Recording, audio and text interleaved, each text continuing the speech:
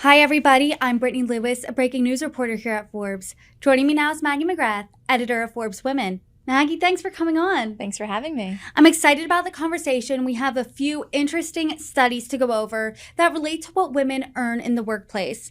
Let's first talk about a new Pew study that found more women are matching or out-earning their husband's paycheck, but women really have an outsized role in household duties. What can you tell us about this study? It puts data to a lot of what we saw during the pandemic and a lot of anecdotes we heard about women who feel like they're working very hard at work and at home, but it's an unequal share of labor at home. But what's really interesting is Pew took a look at 50 years worth of data. They have data from 1972 and data from 2022. And in 1972, only 5% of opposite sex marriages had a woman as the primary breadwinner. Pew defines that as you can be a primary breadwinner if you earn more than 60% of total household income. You have an egalitarian marriage if you both earn between 40 and 60% of household income. So they found that 5% of opposite sex marriages had a woman earning the most money in the marriage in 1972. That number jumped to 16%, so a tripling.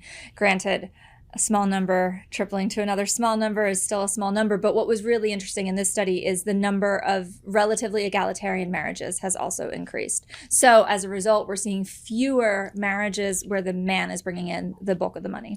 When you think, back in the day, 40 years ago, perhaps, there was this kind of rule in marriages where if you're at work, the man is at work all day, the wife is at home, doing the chores, that type of thing. Why do you think this is happening now when they're making just as much or in some cases even more?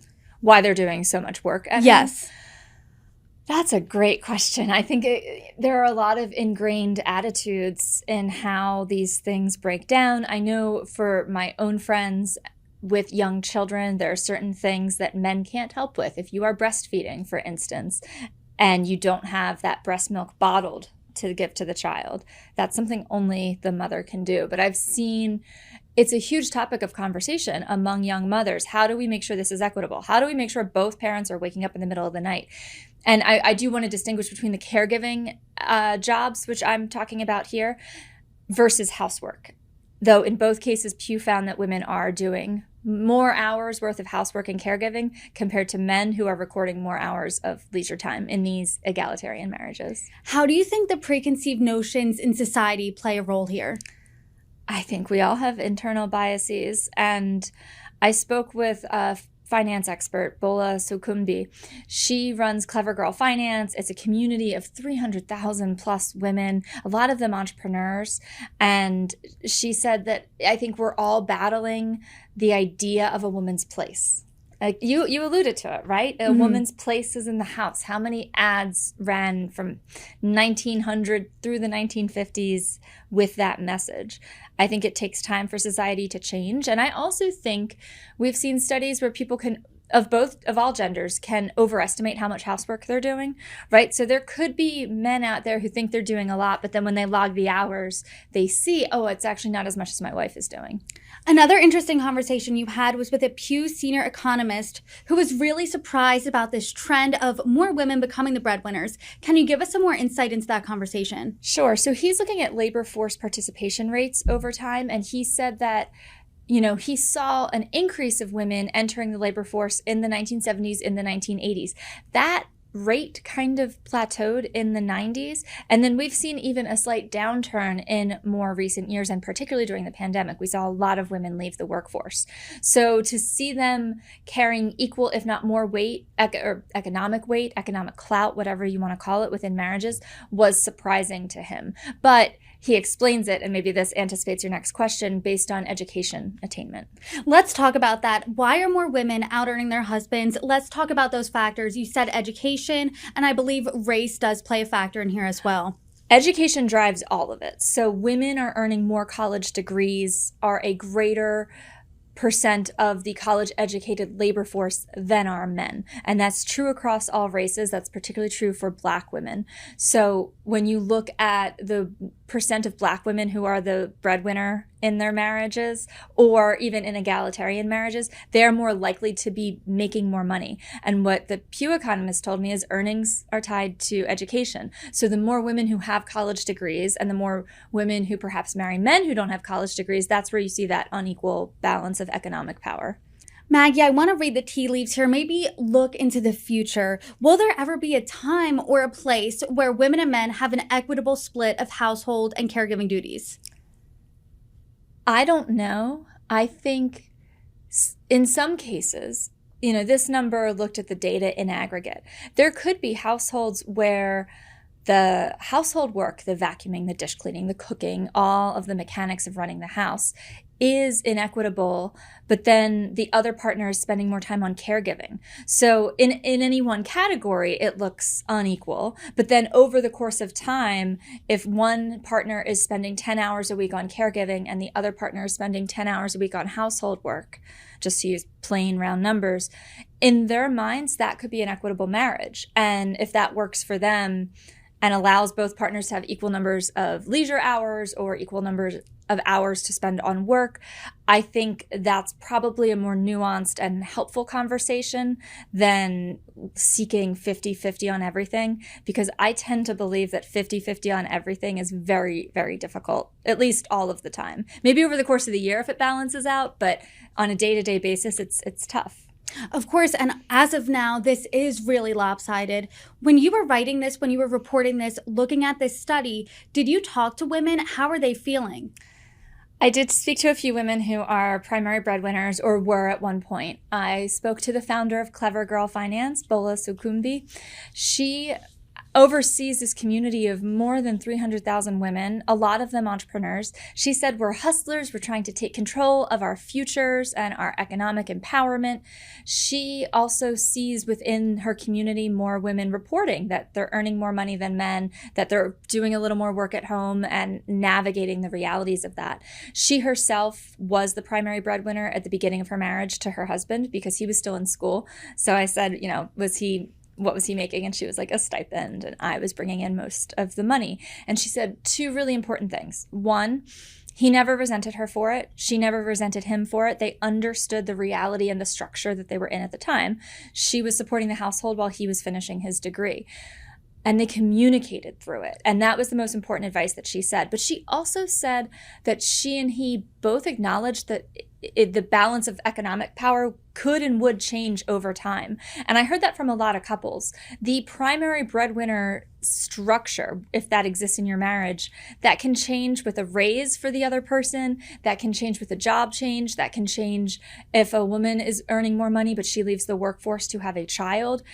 Life is very fluid. So I think people who understand that it could be a yo-yo or a ping pong or a seesaw. There we go. That's the playground tool I was referencing. I think people who understand that it can change and just communicate through it are the best in the best position to navigate that.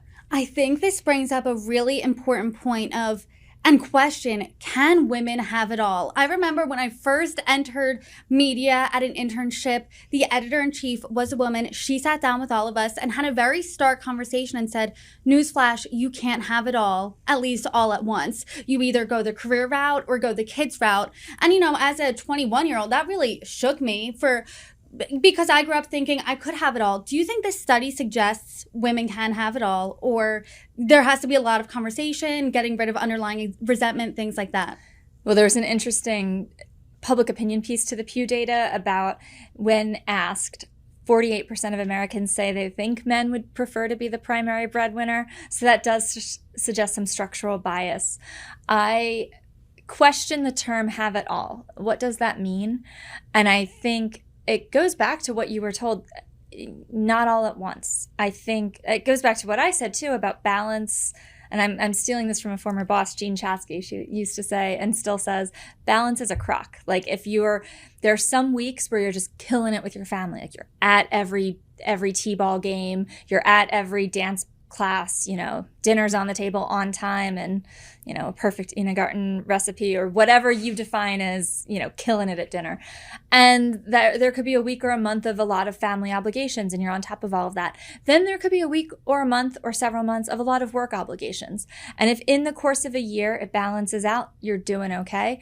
I look at the question of have it all in that same regard, and maybe over the course of decades. I edit the 50 over 50, a list of women who are stepping into their power over the age of 50. We see a lot of women on this list who took time out to have children or who scaled back their careers. We see that in some of the top executives, including Jane Fraser at Citi. People can carve out whatever path they want, and a non-linear path is okay.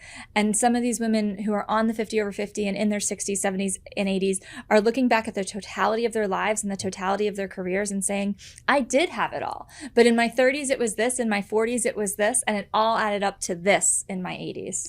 And that's why I think the 50 over 50 is the most inspiring list.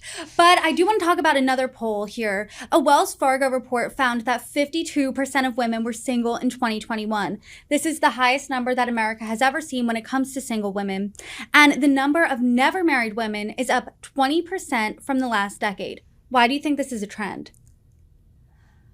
I think it goes back to education. I think if I look at these two studies and look at the links between the two of them, more women achieving college degrees and then entering the workforce, there are different priorities, there are different life paths. Some things are just happening for women a little bit later than they used to. So that explains some of that. But I do think education is a big component of both of these studies. Something that really shocked me when I read this study is the pay gap has actually increased by 3.7% from 10 years ago. And I thought we were really making strides when it comes to gender equality in the workplace. But clearly, based on these numbers, that doesn't seem to be the case. There are a confluence of factors at play. This, again, is aggregate data. So you're looking across jobs, and there is a tendency for women to be in, I don't even want to use the words that people use, but caregiving type jobs, teaching, nursing, jobs that society undervalues. And in fact, we've seen data that when men enter these jobs, it doesn't help close the pay gaps. There's just inherent biases in a lot of the work that women do. And so overriding all of this is this systemic and perhaps unconscious bias. But there is also caregiving at home duties that play into these figures. Women can leave the workforce, not just to care for children, but to care for elderly family members. And so when you leave the workforce, that hits your earnings. And that's some of what we're seeing in this data. Yeah, I think that's now called the sandwich generation, where when you're caring for your kids and caring for your aging parents. But I do want to kind of pivot here to what are the economic implications when it comes to single women? The number that I really want to focus on is a difference in median net worth for never married women versus never married men. Never married women accumulate 29% less in wealth over the course of their lives in net worth than do never married men. That to me is deeply concerning because as we know from longevity data, women outlive men. So we need our money to last longer, but we're starting that journey with less of it, or we're entering the retirement journey, or we're entering later years with less of it. So I think that of all the numbers in this report is the one that really has my attention. Why is that number so stark? I mean, I wrote down 29% with a down arrow. That is a huge amount of money lost there. Why is that so much when the never married women and never married men are arguably on the same playing field? I mean, they've never been married, but the only thing that's different is their gender. It speaks to the wealth and pay gaps that accumulate over time. Think about it, if you have less money to invest, then that's less money earning a return over time. So the pay gap that starts from entry-level salaries, or even if it takes hold 5-10 years into someone's career, the way compound interest works, the way compound earnings work, you're compounding less money compared to more money. So that gap widens. What I would also point out too is this data kind of shows us the economic benefit of being married. There is also a figure that shows that single women now, and that is defined as folks who may be separated, divorced, or widowed, have 18% less net worth than single men. And again, these men could be divorced, widowed, separated. Why do single women have only an 18% gap compared to 29% for never married? It shows that even sharing a home with someone for a little while, splitting the cost, there's an economy of scale that happens in marriage. So if you are ever married, you benefit from that, and your net worth benefits from that. Can you dive a little deeper? What are the economic benefits here of being married? To start off, it's the basic sharing costs, right? If you think about what % of your budget you spend towards your housing, whether that's a mortgage or rent, now think about sharing that with someone. Sounds great. Doesn't it though? Yes. And then that carries through to every household bill. Electricity, cable if you pay for it, Wi-Fi, groceries, all of that burden is shared. And the Wells Fargo data from the Single Women Wealth Gap study also talks about healthcare costs, women paying healthcare costs. And that's just, again, in outward expenditures. There is also for some couples, I don't want to say all because our tax laws are complicated, but there can be a benefit to being married and filing jointly. So Maggie, we're seeing this data, single women on the rise, pay gap is also on the rise, which is concerning. What can be done to close this gap, or what is being done to close this gap? I think within corporate America, there is a movement to measure, which is great because you can't change that which you have not measured and cannot quantify. So above all, pay equity analyses are super important, and doing them year after year after year is also crucial. We've seen and I'll call out Salesforce, they've been kind of a leader in this space of doing these equity analyses, but even after the company paid out millions of dollars to close the gaps in 1 year, the gaps still persist in other years. And that's because when you hire from the outside, you inherit other companies' biases. So that's step one. That's what all companies, all employers can do. Make sure you're paying your own workers equitably. Step two, I think, is a message for society. I think it's okay for women to earn money. I think it's okay for women to ask for money. So for women especially, make sure you're asking for it. For, bosses of all stripes, make sure that you are encouraging all of your staff to go for promotions, but, especially the women, if you think that they are pulling back from opportunities. And then this is more holistic, I think, but there are earnings gaps among different industries. And I've had this conversation with my friends a lot. I alluded to earlier women being attracted to certain industries and those industries perhaps paying less than what a male counterpart might be earning. And so, to quote one of my friends, I think women should be encouraged to go for the jobs and the industries that pay for more money. Women should be encouraged to go for the jobs in the industries that pay more money, and to do that math, to think about, okay, I really like finance. Do I want to be the CFO for a nonprofit, or do I want to maybe try my hand at investment banking for a while? And conversely, I think if men feel called to a more nurturing role or a job that is traditionally coded as female, it doesn't have to be, right? If you picture a kindergarten teacher, what gender are you picturing? You don't have to answer that right now, but if you have one gender in your mind, I think that's where it's incumbent upon all of us to think more broadly about who can do what work, because I think we can all do it. Men can be nurturing, women can be analytical, women can be ambitious and earn a lot of money.